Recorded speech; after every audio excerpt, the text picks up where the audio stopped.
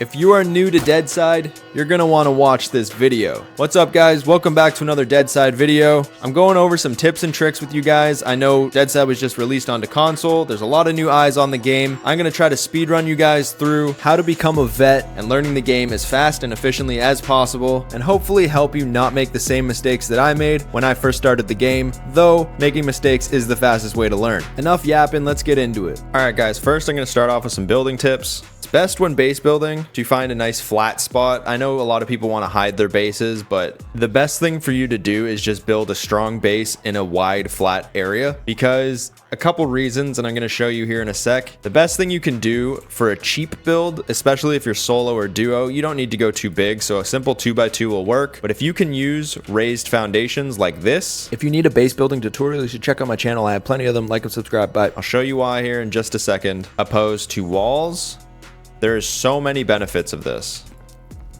So always remember to upgrade your door frames and then your door.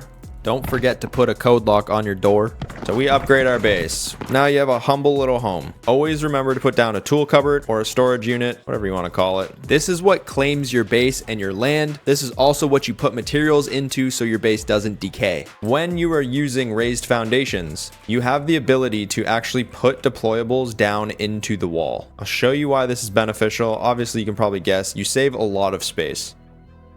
If you're to put this down here, you can actually jam half of it into the wall, and it's not going through because this foundation is big. As you can see, no one can get to it. It is secure in the foundation. It's not lootable either. The other reason for using these raised foundations is they're actually the same price to upgrade, but they're 3 times as strong as a regular wall. A wall is 4,000 for planks. Raised foundations is 12, which is pretty much equivalent to a metal wall actually. This is cheaper and more beneficial for you in a starting 2x2 like this. If you just load the back half up, you have more of a secure house. Second, if you're using the deployables like I'm showing you and you're stashing some stuff, look, it won't go close to the wall on a regular wall. It actually has to be like pretty far out from the wall. But with this raised foundation, you can actually jam these things right up in there. Like doing this. This is going to save you so much space that you're actually going to be able to fit way more stuff in one room instead of just one shelf and it being a tight fit. If you have multiple people in a base, this is the best thing to do. Super beneficial to use these raised foundations. Like you see, you can't really do anything with this, but if I wanted to hide these into the foundations and actually gain some more space, I can do so easily, and these are still accessible and usable. Another tip for building, if you want to add your friends to your build priv and have them be able to build something on your base or contribute to the building or help to whatever, you need to give them access to the registration. On PC, it is hit G on the storage unit. I'm not sure what it would be on console, but this is how you would give access to your friends. You have to register them to your base, and then they have the ability to build and contribute and not be freeloaders. Next thing you're going to want to do, especially if you're building a base, you're going to want to find one of these unmarked POIs. They're not as busy as, say, the marked named POIs or ones that spawn missions all the time. But if you find something like this, these are perfect to get a start and especially build your base up, because they're not as ran through as most of the major POIs, but they also tend to carry tons of supplies like nails, rebar, sheet metal, everything you're going to need to build your base up quick. These places are loaded. You should always be prioritizing better meds. Every group of AI that you find, you should be tearing up rags and trying to stack as many rags as you can, and also collecting vodka, because you're able to craft sterilized rags. These benefit you more than the regular rags for healing. A regular rag only stops 1 bleeding and does 8 health, where the sterilized rags double that. If you're able to, you can craft as many sterilized rags as you can find, and this is extremely beneficial, especially in the early game.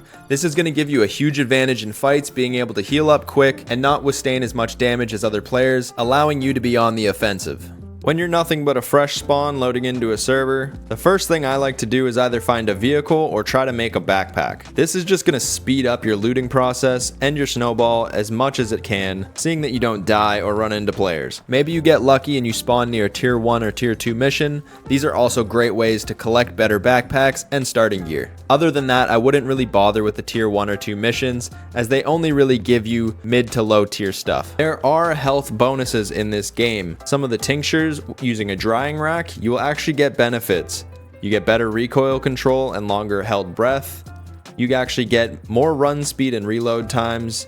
And on top of that, you get increased health, regeneration, and healing effects. If you don't want to go through the troubles of crafting a tanning rack and trying to find all the ingredients to make those tinctures, you can actually just hunt for a hearty meal. The best way to do this is duck hunting, in my opinion. Silly as it sounds, you can find a duck call, and that helps spawn ducks back into these tall weeds. You have a chance of ducks spawning and flying overhead. Of course, it's not going to happen when I want it to. Oh, there's one. Don't go in the water. You're able to pick these ducks up. You put it on the ground and you're holding a knife. You can then skin the duck. Get some sticks. Craft a fire. With this fire, you can then cook the duck meat. This will actually give me a plus 10 health bonus. As you see, I'm at 100 now. If I eat this, for the next 30 minutes, I will actually go up to 110 health. There we go. So if you are above, I think 50 and 50 or 75, 75, I'm not 100% sure on this one. It will actually buff your health. So now I have 110 health. This will last for about half an hour. It's fairly easy to find ducks. As you saw, you just run through the grass here. The best spot for high tier loot is the shipping yard, Kamensk, the airfield, and also the northern military bases. These 4 places alone carry some of the best loot in the game and is going to get you the best start possible. Other than that, you're going to want to find bunkers and military bases scattered amongst the map. There's some up here by K4, but the rest I'm going to leave up to you to find on your own.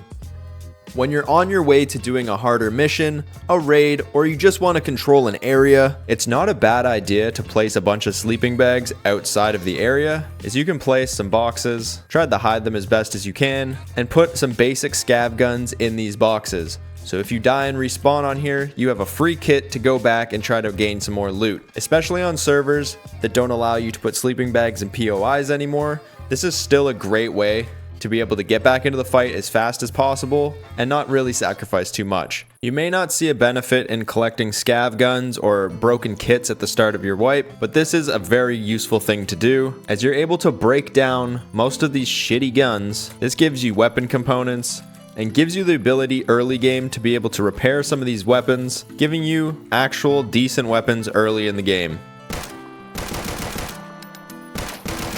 Same goes for helmets and the armor as well. These are just a few tips and tricks that I have for you guys that I could think of off the top of my head. If you have any questions, stuff you want to figure out, please let me know in the comments. I plan on making another more in-depth video. This is just a quick one to get you guys started, get your toes in the water, start adventuring in Deadside. Guys, if you enjoy the video, please like, subscribe, share to your friends, get them into Deadside.